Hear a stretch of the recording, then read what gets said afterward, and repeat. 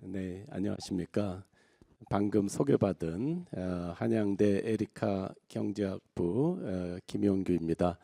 오늘 뜻깊은 컨퍼런스에 좌장으로 초대해 주셔서 감사드립니다. 앞서 원장님 그리고 두 분 회장님의 개회사와 축사 잘 들었습니다.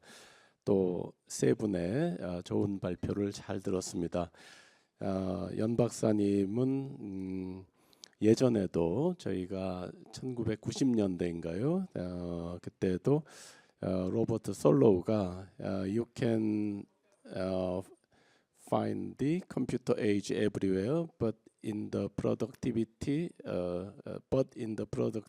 statistics. 그래서 컴퓨터는 온갖 곳에 다 있지만 이 생산성 통계는 우리가 찾을 수가 없다, 그런 이야기를 한 바가 있습니다. 그래서 이 프로덕티비티 패러독스가 오랜 동안에 어떤 경제학자들의 이제 관심 대상이었고, 왜 컴퓨터가 도입되고 디지털라이제이션이 이렇게 많이 진행되는데도 생산성은 높아지지 않는가, 거기에 대한 연구들이 많이 있었고, 또 사회 후생의 증가에 대한 연구도 또 그런 관점에서 이제 많이 진행이 됐는데, 연 박사님 논문이 이거를 우리나라에서의 여러 디지털 서비스의 어떤 가치를 찾는 좋은 연구로서 앞으로 또 AI의 활용, 그런 거에 대해서도 적용할 수 있을 것 같아서 아주 고무적으로 생각을 합니다.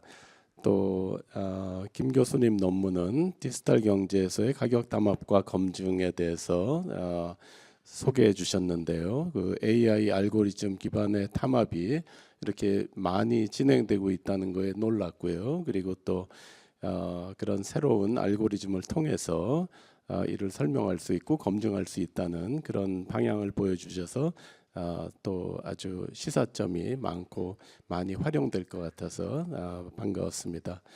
또 박민수 교수님의 논문은 우리나라 산업 정책에 대해서 또 전체적으로 소개를 해주시면서 정책 효과를 실제 검증을 하셨고, 그래서 어떤 정책 앞으로의 정부의 그런 산업 정책의 시사점을 또 전해 주셔서 또 매우 유용한 연구라고 이제 생각이 됐습니다. 이제 이 세 분의 논문에 대해서 보다 심도 있게 토론자분들이 이제 토론을 해주실 텐데요. 제가 간단히 토론자분들을 이제 소개해드리겠습니다. 먼저 미시건 주립대 유니버시티 디스팅귀시드 프로페서로 계시는 최재필 교수님을 소개드립니다. 최 교수님은 아마 잘 아시겠지만 산업조직론 분야의 세계적인 석학이십니다. 이 자리에 모시게 돼서 정말 반갑게 생각합니다. 다음으로는 동국대 전주용 교수님 모셨습니다. 전 교수님은 정보통신정책연구원에 근무하신 바 있고요. 또 국제학술지에 다수의 논문을 발표하시는 중견 연구자이시고요. 신재경 박사님 모셨습니다. 신 박사님 최근에 경제학 박사학위를 받으시고 작년에 키스트에 합류하신 신진 연구자이십니다. 새로운 시각을 갖고 정보통신 분야를 연구해 주실 것으로 기대가 됩니다. 저희가 아마 주어진 시간이 한 30분 정도 되는 것 같습니다. 그래서 한 분당 한 10분 정도로 조금 간략하게 코멘트를 하셔야 될 것 같고요. 그 다음에 플로어에 마이크를 드려서 또 참석하신 분들의 또 질문을 한두 분 정도의 질문을 받아보도록 하겠습니다. 그러면은 저희가 순서가 먼저 전주영 교수님이 코멘트를 해주시면 감사하겠습니다. 네.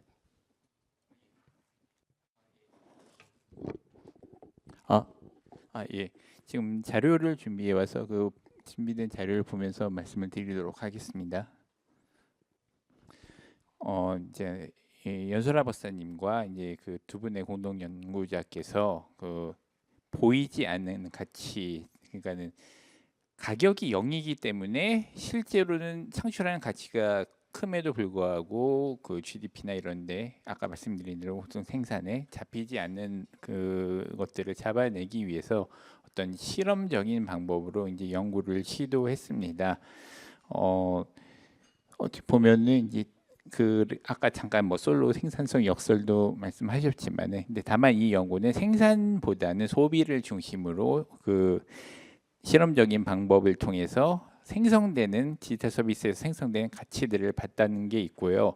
또 하나의 다른 점은 이제 기존 연구들을 보셨는데 보통 특정 서비스 하나를 봅니다. 뭐 그게 페이스북일 수도 있고 아니면 뭐 다른 중에 메신저일 수도 있죠. 그런데 이거는 이제 그 앱들을 종합적으로 봐서 이거를 경제 전체적으로까지 확장시키고자 시도했다는 점에서 기존 연구와는 이제 다른 종류의 이제 시도를 했다고 말씀드릴 수 있을 것 같습니다. 첫 번째 연구는 이제 디지털 서비스 가치를 어떻게 평가할 것이냐 그래서 이거를 상대적인 어떤 우리가 많이 쓰는 앱들에 대해서 상대적인 순서를 매기는 일을 했고요. 네, 그것으로부터 두 번째 뭐 이런 이제 순위를 상대적인 순위를 도출했습니다. 이거는 이제 서술적인 거라서 어떤 이거 자체로서의 기술적인 의미가 있는 건 아니고요. 그 다음 연구에서는 이제 실험을 통해서 사용 중단 한번 경험을 좀 가치 평가를 하고 중단을 하면 얼마를 받겠냐를 한번 기회를 주고 그 경험이 이제 어떻게 가치를 평가를 하느냐 그래서 거기서부터 그 여기 뭐라고 표현을 제가 그 투사 편향이라고 하여튼 표현을 하셨던 것 같은데 이런 종의 실험을 통해서 그 실제로 이제 놓치고 있던 가치를 평가하는 식으로 하셔서 그 결과 값이 그 우리가 이제 기존에 알고 있는 것보다 꽤 크게 이제 나온 거를 좀 확인을 할 수 있었고요.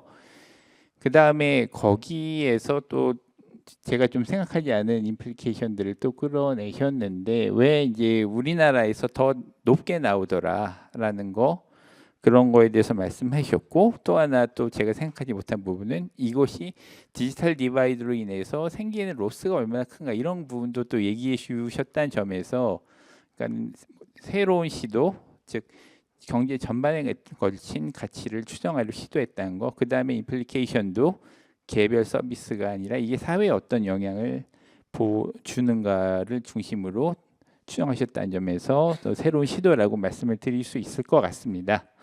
네, 다만 이제 이 아직은 이제 초기 단계고 그러다 보니까 몇 가지 그 좀 말씀드리고 이제 싶은 이 내용도 좀 있습니다. 자, 이제 여기서 추정하신 방법이 그러니까 willingness to pay가 아니라 willingness to accept거든요. 근데 지금 그 제시하신 이제 방식을 하다 보면은 서비스 기회를 박탈해서 박탈에 대해서 얼마면 이제 네가 이거를 받아들이겠냐고 했는데 이게 willingness to pay냐 willingness to accept냐 약간 이제 좀 다릅니다. 근데 그렇게 될 때 뭐가 문제라고 했는데 그러면은 더 받을 거냐 아니면 잃는 걸 말 거냐 그러니까 로스 어버전이라는 문제가 발생을 하거든요. 그러니까 로스 어버전에서 추정된 근데 여기서 추정된 가격은 로스 어버전에서 추정된 그 밸류에이션으로 보여요. 그러면은 그 과대 추정에 이제 문제가 있지 않겠냐 뭐 하여튼 그런 것이고요. 그 다음에 이제 그 또 하나 이제 여기서 평가에서 이제 한 거는 다음 페이지구나. 예. 서비스 분야나 앱 기능에 그러면은 이제 중복이 없냐는 거죠. 이게 왜 문제가 되냐면은 기존의 추정들이 이 추정에 비하면은 이제 과소 추정으로 이제 보이는 요인들이 있는데 그러면은 여기에는 그러면은 그 과대 추정의 요인이 없느냐라고 했을 때 제가 봤을 때 없지는 않아 보인다는 거였습니다. 예를 들어 이제 서비스 분야를 10개로 나눴어요. 그 10개의 서비스는 정말 그러면은 그 오버래핑 된 영역이 없느냐 꼭 그렇지는 않습니다. 많은 사람들은 예를 들어 유튜브를 검색 용도로 씁니다. 그러면 유튜브는 여기서 스트리밍으로 분리하지만 검색의 기능도 있는 거죠.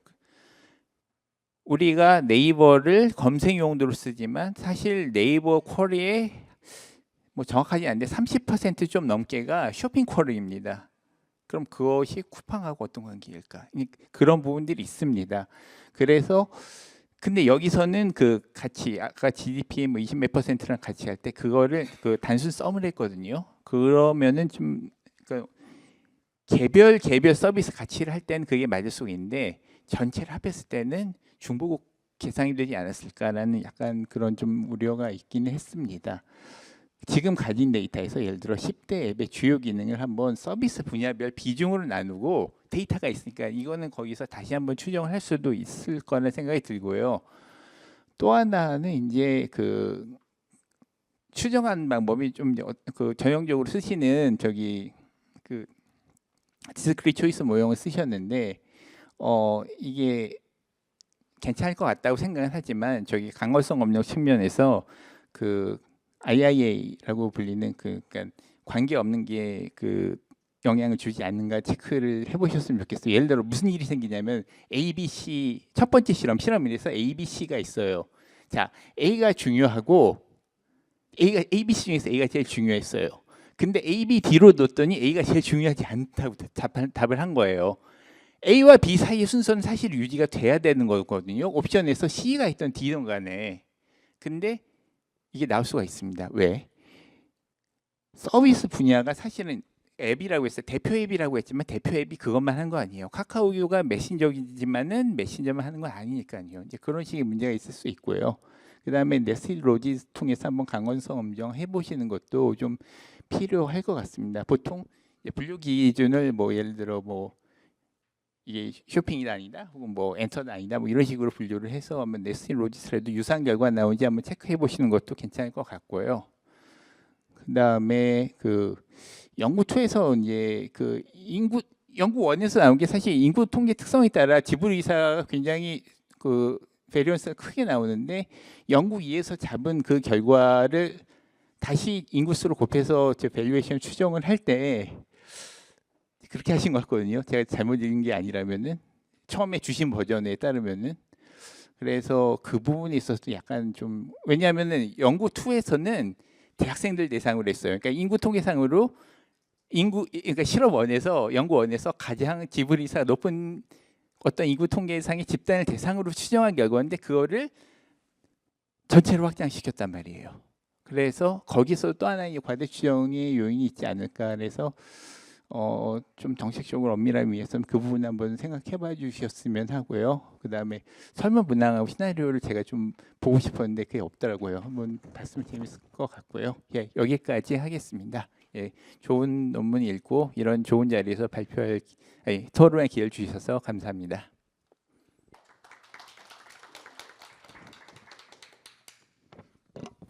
네, 감사합니다.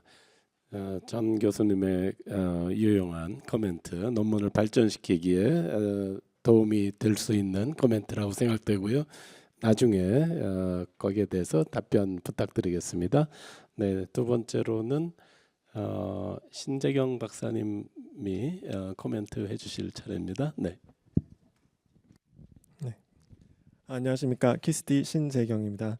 저 김규일 교수님의 발표 정말 잘 들었고 또 저도 계량 경제학을 전공한 입장에서 어떤 식으로 이거를 실제 디지털 경제 연구와 AI 알고리즘 기반 담합의 탐지에 대해 쓸 수 있을지에 대해서 생각해보는 좋은 기회였습니다.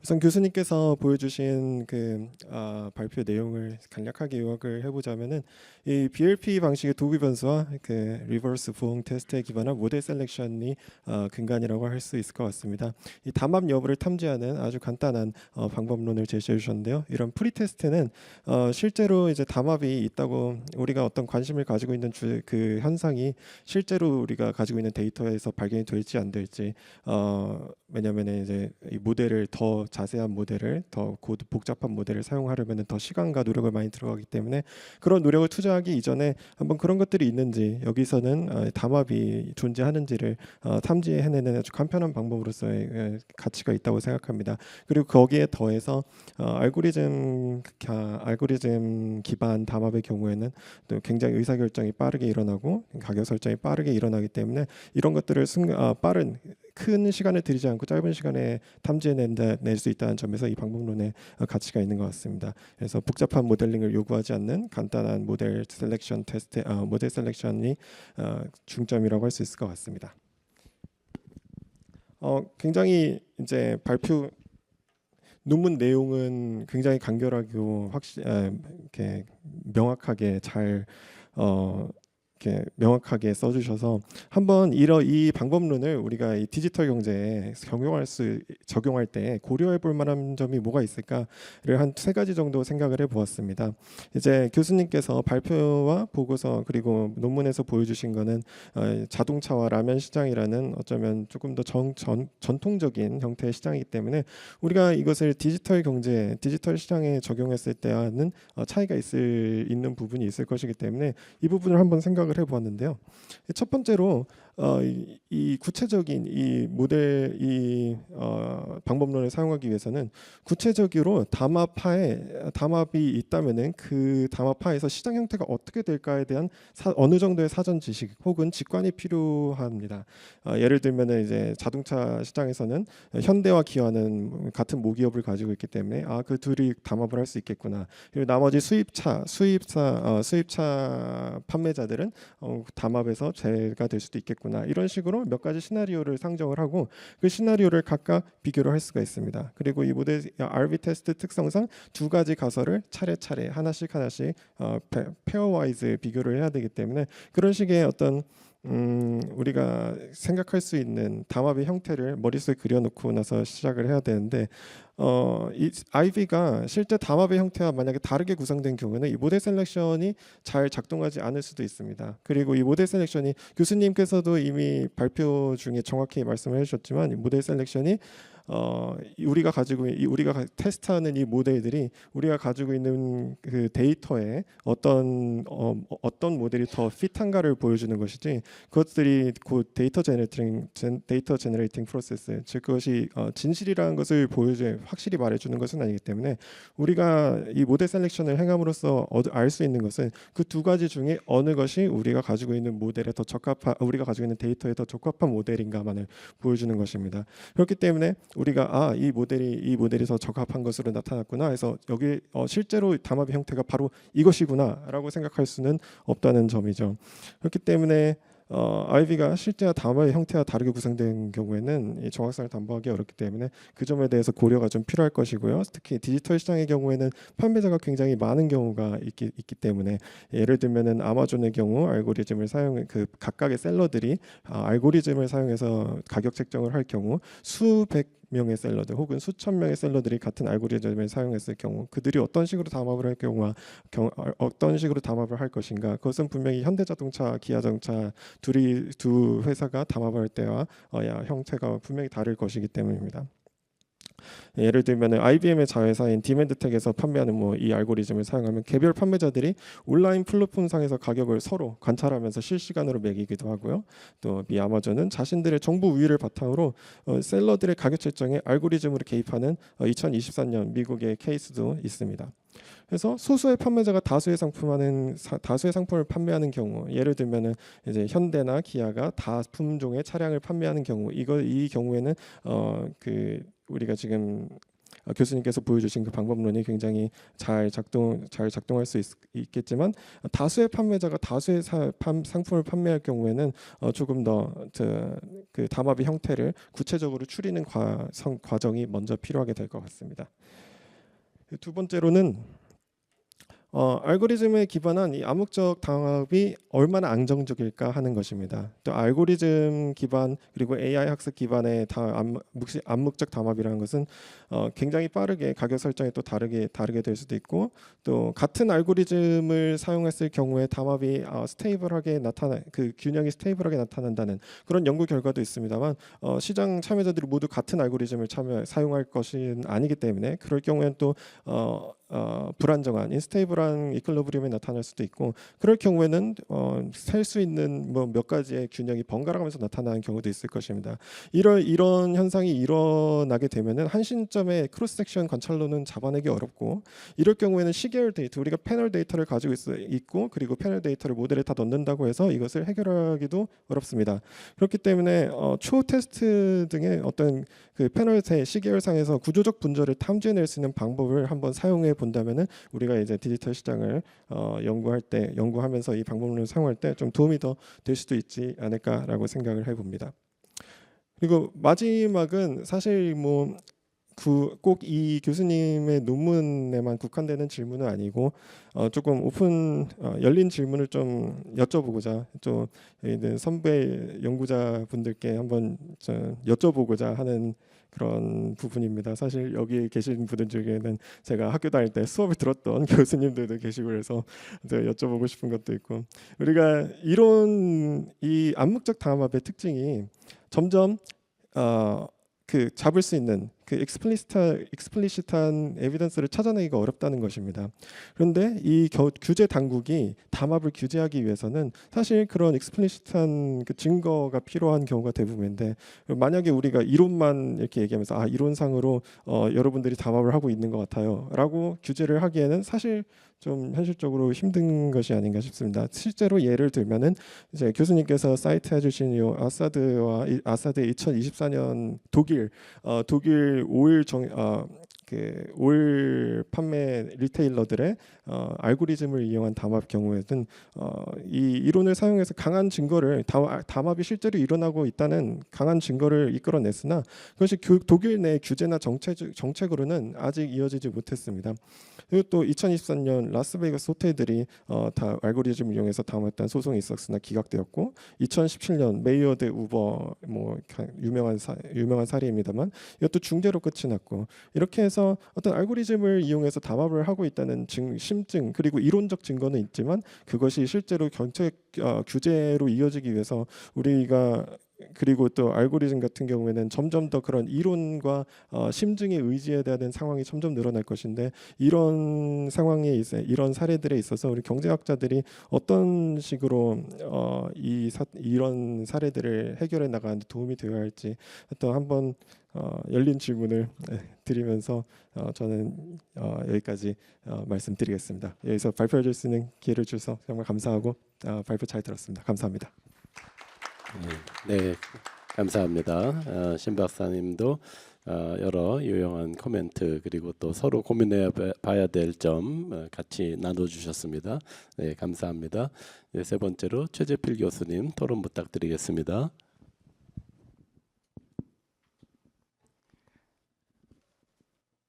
네, 먼저 그 키스디 40주년을 축하드리고요. 이렇게 박민수 교수님 논문을 토론할 수 있는 기회를 주신 것에 대해서 감사를 드립니다. 박민수 교수님 논문을 잠깐 이제 그 서머리를 하면요, 그 아시아 파이낸셜 크라이시스, 그러니까 한국에서는 IMF로 부르는 그 사건 이후에 이제 그 산업 정책의 어떤 정책적 기조가 이제 변한 것이죠.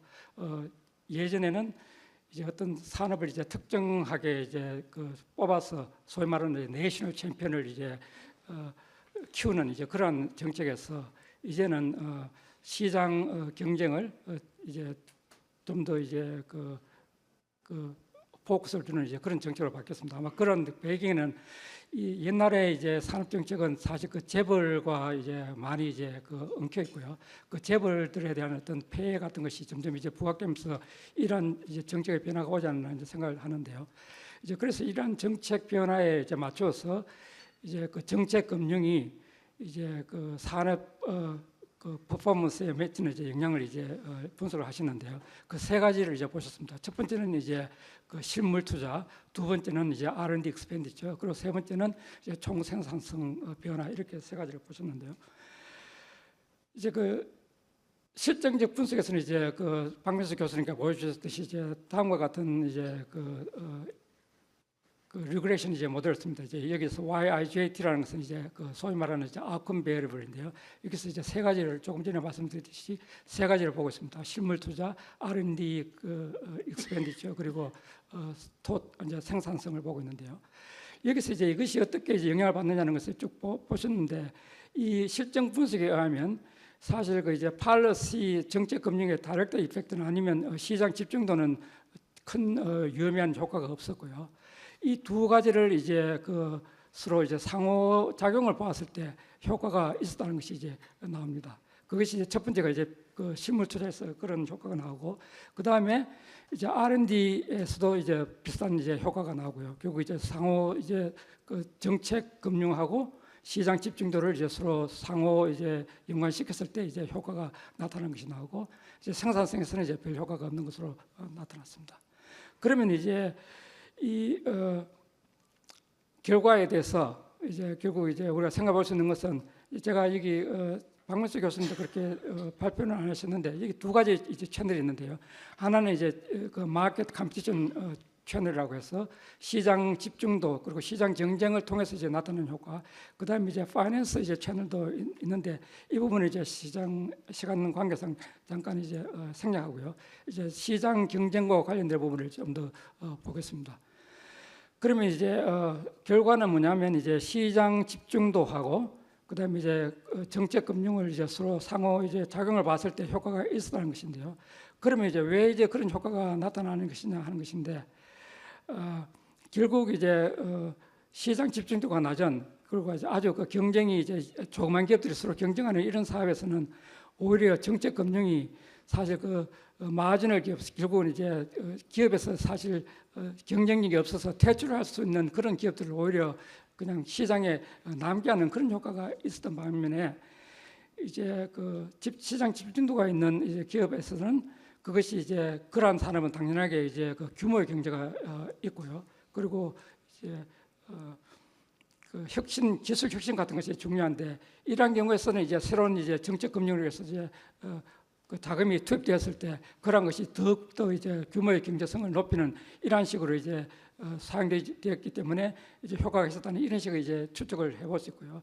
그리고 이제 한 가지는 이제 그러한 이제 시장 규모가 있는 기업들 또 이런 그 시장 집중도가 있는 기업들이 주로 이제 그 글로벌 시장에서 이제 경쟁하는 기업들입니다. 그리고 그런 무슨 말이냐면 국내 시장에서는 시장 집중도가 있고 마켓 파워가 있다 할지라도 결국은 이러한 기업들이 이제 국제 시장에서 이제 경쟁하기 때문에 결국은 이제 그런 국제 경쟁이 결국 이제 어떤 그 시장에서의 그런 어떤 그 디스플린을 준다는 이제 그런 의미로 우리가 생각해 볼 수 있겠습니다. 이제 이 논문에 대해서 이제 이렇게 평가를 하게 되면 사실 이 그 산업 정책에 대한 평가는 사실 굉장히 어려운 분석입니다. 왜냐하면 이제 실제 그 효과를 분석하기 위해서는 우리가 소위 말하는 카운터 팩tor, 만약에 산업 정책이 없었더라면 무엇이 일어났을까 하는 그것을 이제 우리가 알아야 되는데 사실 그런 그 카운터 팩tor이 사실은 이제 불가능한 것이거든요. 우리가 보통 이제 이런 그 인과관계를 볼 때 이제 골드 스탠다드라는 것이 이제 보면 이제 컨트롤드 익스페리먼트 그러니까 딱 두 개의 그룹을 나눠 가지고 한쪽은 팔러시를 주고 한쪽은 팔러시를 주지 않고 그래서 이제 비교를 하는 것이 이제 그냥 제일 확실한 방법이죠. 이것이 이제 결국 이제 그 메디컬 리서치 같은 데서 이제 쓰이는 거죠. 임의로 이제 환자들을 두 그룹으로 나눠 가지고 한쪽은 어떤 시약을 투여하고 한쪽은 시약을 투여하지 않으면 이제 그 효과가 확실하게 나오고 그 효과가 있으면 이제 그 약이 이제 그 허가를 받는 이제 그런 과정인데 사실 이제 사회과학에서는 이제 그런 것이 거의 이제 불가능한 상황입니다. 왜냐하면 똑같은 나라를 두고 한 나라는 산업정책을 쓰고 한 나라는 산업정책을 쓰지 않고 이렇게 봐야 되는데 그렇게 할 수 없기 때문에 사실 이제 문제가 있고요. 또 일단 산업정책을 했을 경우에 그 산업이 뭐 성공적이었다고 해서 또 산업정책이 효과적이었다고 말을 할 수는 없습니다. 왜냐하면 산업정책이 없었더라도 오히려 그 산업이 더욱더 발전할 수도 있었기 때문에 이러한 여러 가지 문제가 있기 때문에 또한 그 설명 변수에 여러 가지 이제 그 소위 말하는 내생성 이런 문제들이 이제 많이 있는 상당히 어려운 문제인데 이러한 문제들 여러 가지 이제 방면에서 이제 그 처리하는 그런 이제 우수한 이제 논문으로 이제 생각되고요. 그리고 여기서 이제 국제 경쟁이 하나의 시장에서 어떤 그 디스플린을 주는 이제 그런 역할이나 그리고 이제 컴피티션 팔러시하고 그 경쟁 정책과 산업 정책이 서로 과연 이게 대체제인지 아니면 이것이 서로 보완제인지 이런 데에 대한 이런 시사점을 준다는 데서 상당히 이제 의미 있는 논문이라고 저는 생각을 하고 있습니다. 자 그러면 이제 이 논문에서 이제 얻는 이제 중요한 시사점은 무엇이냐면 이제 결국 이제 그 이 규모의 경제성이 이제 중요하다는 것이 이제 여기서 굉장히 부각되고 있고요. 그리고 이제 어떻게 보면 시장의 규모의 경제성이 없는 마켓에서는 오히려 이런 정책 금융이 어떻게 보면 그 비효율적인 기업의 어떤 퇴출을 막거나 아니면 오히려 진입을 그 장려하는 어떤 그런 이제 오히려 비생산적인 면이 있다는 것을 이제 말씀을 주로 이제 드리는 것 같습니다. 그러면 이제 우리가 왜 이런 산업 정책에 대한 어떻게 보면 이제 그 과거에 대한 정책에 대한 평가를 하냐는 것은 결국은 이제 그러한 평가에서 어떤 시사점을 얻고 만약에 부족한 점이 있으면 그것을 보완하고 이제 또 좋은 점이 있으면 그것을 좀 더 보강하는 이제 그런 면에 쓰기 위해서 아마 우리가 이런 연구를 한다고 생각하는데요. 그래서 이제 요즘 이제 최근에 이제 화두가 되고 있는 것이 이제 AI인데 과연 이제 이러한 이 지금 박명수 교수님의 논문이 과연 AI 우리 정책에 있어서 어떠한 이제 시사점을 가지고 있는가 이런 것에 대해서 잠깐 생각을 해보았는데요. 물론 이제 규제 같은 것에서는 이제 여러 가지 뭐 그 산업의 특수성, 그 다음에 인스티튜셔널 이런 것에 대한 이해가 필요하기 때문에 제가 그런 것을 다 이야기할 수는 없고 아주 피상적이고 이제 원론적인 이야기만 잠깐 드리고 좀 더 심도 있는 대화는 이제 다른 또 전문가들이 다음 토론에서 이제 말씀드릴 것이라고 생각하는데요. 이제 AI는 이제 우리 기존의 ICT 이제 산업과 마찬가지로 엄청난 이제 규모의 경제성이 필요한 이제 그런 산업입니다. 그렇기 때문에 그리고 여기서는 이제 소위 말하는 네트워크 이펙트는 아니면 또 중요한 이제 요소로서의 데이터 같은 것이 중요하기 때문에 여기서는 이제 상당히 우리가 생각해 볼 때 시장 구조가 궁극적으로는 이제 시장이 집중될 수밖에 없는 이제 그러한 상황입니다. 여기서는 이제 여러 가지 기업이 들어오면 사실 그 투자의 어떤 중복성 같은 것도 있고요. 결국은 이제 시장은 궁극적으로 집중될 수밖에 없는 시장이기 때문에 이런 시장에서는 이제 결국 이제 경쟁 정책의 중요성이 더 이제 중요하지 않을까 하는 이제 그런 생각을 해보고요. 그리고 이제 AI도 결국은 이제 하나의 에코시스템으로 봤을 경우에 이것이 여러 가지 이제 AI 이제 소프트웨어 측면에서는 AI 모델이라는 것이 있을 것이고요. 그 다음에 또 이 AI 모델을 돌리기 위해서는 또 엄청난 컴퓨팅 파워가 필요합니다. 아주 특화되는 그런 이제 GPU 유닛이 또 필요하고요. 그리고 또 AI 모델을 개발하고 트레이닝하기 위해서는 또 데이터가 필요하고요. 이런 여러 가지 이제 삼박자가 서로 맞아야 되는 이런 것이기 때문에 결국은 이제 또 중요한 것은 이러한 모든 것을 이제 추구하기 위해서 이제 어떤 팔 간의 이제 코디네이션이 또 많이 필요한 것이고 하나 예를 든다면 이제 이 AI 모델을 개발하기 위해서는 상당한 데이터가 필요한데 이 데이터를 또 사용하기 위해서는 우리가 또 사람들이 우리가 많이 이제 중요시 여기는 개인 정보 보호 이러한 측면과 이제 서로 상충되는 측면이 있는 것이거든요. 그렇기 때문에 이러한 것을 어떻게 이제 서로 조화를 시킬 것인지 이러한 것들이 이제 상당히 중요하다고 생각합니다.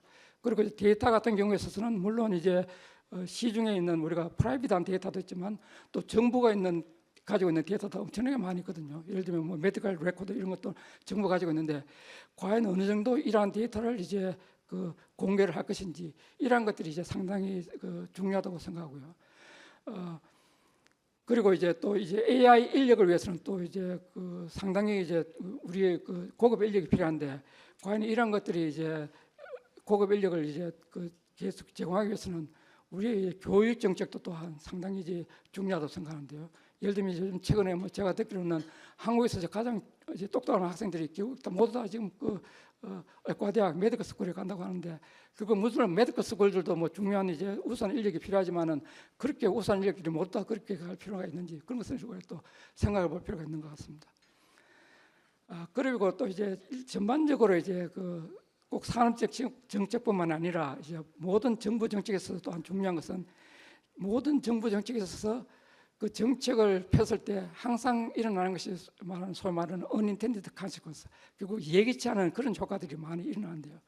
결국 이제 이 정책에 있어서의 어떤 기본 방향은 아주 모든 사람들이 다 합의를 하고 그리고 아주 그러니까 합리적인 것이라 할지라도 사실 그 정책을 어떻게 실행하느냐에 따라서 그 효과가 굉장히 달라질 수도 있기 때문에 이러한 것에 대한 어떤 이제 많은 이제 연구가 필요할 것 같고요.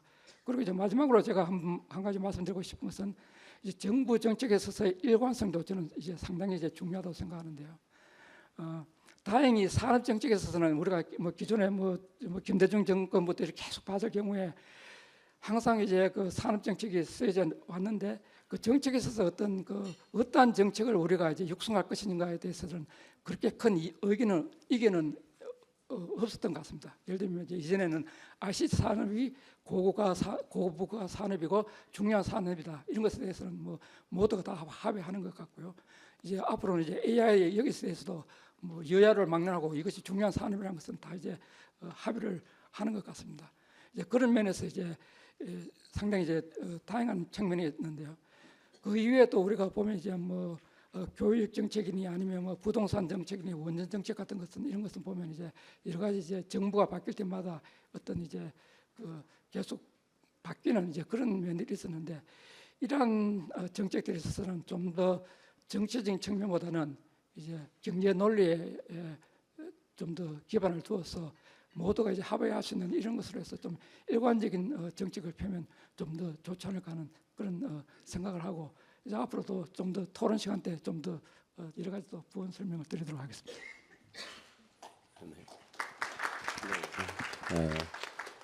네, 감사합니다. 논문에 대한 여러 가지 중요한 설명 그리고 코멘트 또 논문의 의 AI 정책에 대한 시사점 또 산업 정책에 대한 시사점 등 여러 가지 중요한 통찰을 전해주셔서 감사드립니다.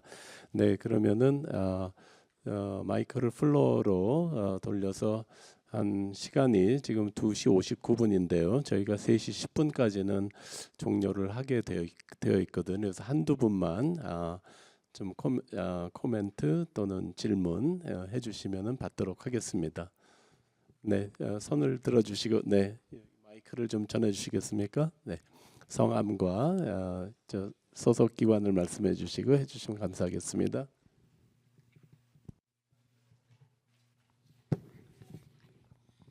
미국의 존스 홉킨스 대학에 있는 정광수라고 하는데요. 연소라 박사님한테 질문이 있는데 주제가 너무 재미있는데 제가 아는 게 없어서 궁금한 걸 여쭤보고 싶은데 그 스터디 1 얘기를 들어보니까 그 효용을 추정하는데 뭐 willingness to pay든 willingness to accept든 개인의 효용을 추정해서 그다음에 사람 수를 곱했잖아요. 근데 그 서베이가 얼마나 그 컨트롤된 시츄에이션에서 질문을 받았는지 모르겠지만 그런 디지털 서비스는 네트워크 효과가 있어가지고 그 웹이 효과들이 있잖아요. 소비하는데, 그러니까 다른 사람 어떤 사람들이 또 쓰냐에 따라서 효용에 들어갈 수도 있고 나래할 수 있는데, 물론 그 웹 효과가 양일 수도 있고 음일 수도 있다고 생각합니다. 양인 거는 자명한 거고 음인 거는 뭐 예를 들어서 단톡방에서 하루 종일 들리는 카톡 소리라든지 아니면 뭐 디지털 크라임에 익스포즈 될 수 있는 그런 게 연결될 수 있다든지 그래서 그런 외부 효과들을 그 추정하는데 고려하는 게 의미가 있다고 생각하시는지 아니면 혹시 벌써 고려를 하셨는지 그리고 하지 않으셨다면은 하신다면은 그 지금 발표하신 추정치가 과소평가될 경향이 있을 것 같은지 과대평가될 경향이 있을 것 같은지 너무 궁금해서 여쭙니다. 네, 전 박사님 감사합니다. 나중에 같이 답변해 주시면 감사하겠습니다. 네, 또 질문이나 코멘트 있으시면은 네네 이민석 박사님. 네, 키스티 이민석입니다. 그 김규일 교수님께 질문과 제안 듣다 보니까 너무 재밌어서 잘 들었습니다. 그러니까 첫 번째는 아마 그 신재경 박사님 질문과 취지가 비슷한 것 같은데 듣다 보니까 이제 그 기업이 이제 여러 개인 경우에는 뭐 제가 잘 이해했는지 모르겠지만 H0는 모든 기업이 다 각기 독립적으로 가격 프라이싱을 한다인 것이고 이제 반대되는 거는 이제 뭔가 그 담합을 가정한 어떤 시츄에이션을 놓고 그거에 두 개의 이제 핏니스를 비교하는 것 같은데 N이 늘어나면 늘어날수록 H0가 기각될까 하는 그러니까 그런 빈번함이 더 늘어나는 구조인 게 아닌가, 이 리버스 앤 부엉 테스트라고 하는 게 첫 번째 질문이고, 두 번째는 이제 또 생각을 해보면 이제 N이 기업이 커지면 사실 H0는 너무 자명하게 모든 기업이 다 독립적으로 프라이싱 한다이고 H1은 뭔가 담합의 가능성을 저희가 그 सब셋을 잡아줘야 되는 거잖아요. 그럼 모든 सब셋을 다 이제 일일이 다 확인하면서 H0와 다 비교를 해봐야 된다란 말이죠. 그러면 그렇게 하다 보면 되게 약간 이상한 결론이 나올 수도 있을 것 같아요. 그러니까 뭐 기업 1과 2는 뭐 담합을 하고 1과 3도 담합을 하는데 2와 3은 하지 않거나 뭐 그런 식의 이게 결과가 나왔을 때는 사실 경쟁 당국 입장에서는 그럼 어떻게 해석해야 하느냐라는 자연스러운 질문이 나올 것 같고요. 이제 그걸 저도 이제 같이 생각해 보다 보니까 그렇다면 그러니까 이 그 H0를 기각한 이 검정 자체를 다시 검정하는 방법도 있지 않을까. 그러니까 뭐 이게 가능한 건지 모르겠는데 H1 중에 어떤 시츄에이션 하나를 이제 가정을 하고 그걸 뭐 몬테카를로라든지 이런 식으로 시뮬레이팅 해가지고 내가 지금 가정한 이 데이터가 얼마나 가능성이 있게, 그러니까 약간 파워의 개념으로 그렇게 볼 수 있지 않을까라는 생각이 좀 들었습니다. 그래서 질문과 제안을 같이 드렸습니다. 네, 이 박사님 감사합니다. 네, 그러면 지금 시간이 3시 3분인데요. 3시 10분까지 한 7분 정도 남은 것 같습니다. 그래서 저 발표자님들 한 분당 한 2, 3분 정도 드리도록 하겠습니다. 네, 먼저 연 박사님. 네, 아까 이 디지털 서비스의 외부 효과를 고려했을 때 저희 스터디 1에서 추정한 GDP의 22%에 달하는 사회적 후생이 과연 과소 추정되었을 가능성이 더 높을까, 과대 추정되었을 가능성이 더 높을까에 관한 질문을 주셨는데요. 바로 그러한 정확한 이유로 진행된 것이 스터디 2입니다. 그래서 저희 스터디 2가 실제로 사용자에게 그 카카오톡 디지털 서비스 사용 중단을 경험하게 함으로써 말씀하셨던 그러니까 시도 때도 없이 울리는 카카오톡으로부터 오는 스트레스들, 혹은 막상 카카오톡이 없으니까 다른 사람들과 연결되지 못해서 느끼는 불안감들, 이런 것들을 느낄 수 있지 않을까, 그런 것들을 저희가 추정하고자 하는 그 추정치에 반영을 하고자 하였고, 저희 스터디 2의 결과가 이런 중단 경험 이후에 오히려 가치 평가를 상향 조정하게 되었다는 점을 발견하였으므로 저는 한편으로는 이 22% GDP의 22%라는 것도 상당히 커 보이는 수치긴 하지만 이것도 과소평가되어 있는 부분이 있지 않을까라는 생각이 들긴 합니다. 근데 하지만 이것에 대해서 또 자신 있게 말씀을 드릴 수 없는 것은 저희 두 번째 실험이 이 디지털 서비스의 중단 경험을 딱 평일 하루 동안 경험을 하게 했거든요. 그래서 과연 그 하루가 이 디지털 서비스가 갖고 있는 수많은 외부 효과 같은 것들을 충분히 느낄 만한 기간이었는가, 이 점을 고려한다면 다소 좀 네, 솔직히 말하면 잘 모르겠습니다. 네, 이게 일주일 동안, 한 달 동안 중단을 해보게 되면은 또 다른 것들을 느낄 수 있잖아요. 네, 그래서 그런 말씀을 드리고 싶고, 아까 WTA와 WPP에 대한 지적을 해주셔서 그 부분에 대해서만 간단하게 말씀을 드리고 싶은데요. 저희는 이 디지털 서비스를 중단할 때 받아들일 수 있는 WTA를 추정을 하였고, 이게 이론적으로는 그 디지털 서비스를 사용하고자 할 때 지불하고자 하는 이 지불 의사 금액 WP와 같아야 합니다. 근데 우리 모두 다 동의하다시피 대부분의 디지털 서비스가 이미 무료로 제공이 되고 있기 때문에 이미 무료로 제공되고 있는 디지털 서비스를 돈 내고 사용할 때 얼마나 낼래라고 물어본다면 이제 사람들이 강한 소유 효과, 또 인다우먼트 이펙트를 느끼게 돼서 그 추정치가 과소 추정될 수 있다라는 또 지적이 존재합니다. 그래서 WTA로 추정을 해야 될지 WTP로 추정해야 될지 역시 되게 논란적인 부분일 수도 있는데, 이 기존 리터러처가 주로 WTA를 추정을 하였으므로 그냥 그 방식을 따랐다고 말씀을 드리고 싶었습니다. 네, 시간 관계상 일단 여기까지 말씀드리고 나머지는 다 끝나고 말씀드리겠습니다. 예, 신기영 박사님, 이민석 박사님 좋은 말씀 잘 들었고요. 다 좋은 의견이 있습니다. 그래서 사실은 이게 그 이제 IT나 아니면 그 빅데이터 상황으로 가면 어쩔 수 없이 이제 머신 러닝 기법을 활용해야 되는데, 보통 그쪽에서도 이제 스트럭처럴 러닝이 있고 언스트럭처럴 러닝이 있습니다. 그래서 연구자가 마켓 어떤 구조에 대해서 어떤 아이디어가 있다 그러면 그걸 바로 비교할 수가 있고요. 잘 모르겠는 경우는 모든 경우를 다 흔히 말하는 홀스 레이싱으로 비교해 볼 수가 있는 거죠. 그리고 이 사실은 가격만을 활용한다는 거의 큰 장점은 사실 기존의 수요 분석의 큰 계량 경제학적인 어려움이 그 마켓 쉐어가 너무 작은 경우죠. 그래서 기업이 많고 상품이 많으면 실제로 마켓 쉐어를 계산하면 거의 0에 가깝습니다. 그래서 이런 경우는 그 로그에 0을 취하면 잘 추정이 안 되는 문제가 있어서 추정이 안 되는데, 가격 바탕으로 분석은 그게 전부 다 업저베이션이 됩니다. 예를 들면 기업이 100개고 상품이 100개라 그러면 100개 업저베이션이 있는 거죠. 그게 10,000개로 늘은다고 해서 그 n이 늘어난다고 해서 분석에 어려움이 있다기보다는 오히려 업데이션이 늘어나기 때문에 분석이 이제 더 잘 될 수가 있고요. 다만 말씀하신 문제는 모든 가능한 마켓 구조를 다 상정해 보는 것은 어렵기 때문에 그 부분은 역시 이제 빅데이터나 머신러닝을 기법 활용해서 더 플로저블한 경우를 찾아내는 식으로 하면 유용해질 것 같습니다. 예, 감사합니다. 네, 저희 논문의 퀄리티에 비해서 최재필 교수님 너무 좋게 평가해 주셔가지고 너무 감사드립니다. 사실 그 산업정책에 제가 아까 발표할 때 말씀드렸듯이 지금 산업정책에 많은 나라들이 관심을 갖고 경쟁을 하고 있습니다. 특히 이제 우리나라 같은 경우에는 잠재 성장률이 계속 떨어지고 있고 지금 뭐 2%대도 좀 위험하다 이런 얘기들이 있는 상황이기 때문에 어느 때보다도 산업정책의 중요성이 커지는 것 같습니다. 그래서 새로운 정부에서 산업정책에 좀 힘을 주고 특히 이제 AI 정책을 중심으로 산업 경쟁력 키우고 경제성장률도 높여보겠다 이렇게 방향을 잡고 있는데 사실 한편으로는 기대가 되면서 다른 한편으로 상당히 걱정이 됩니다. 그거 가지고 잘 될까?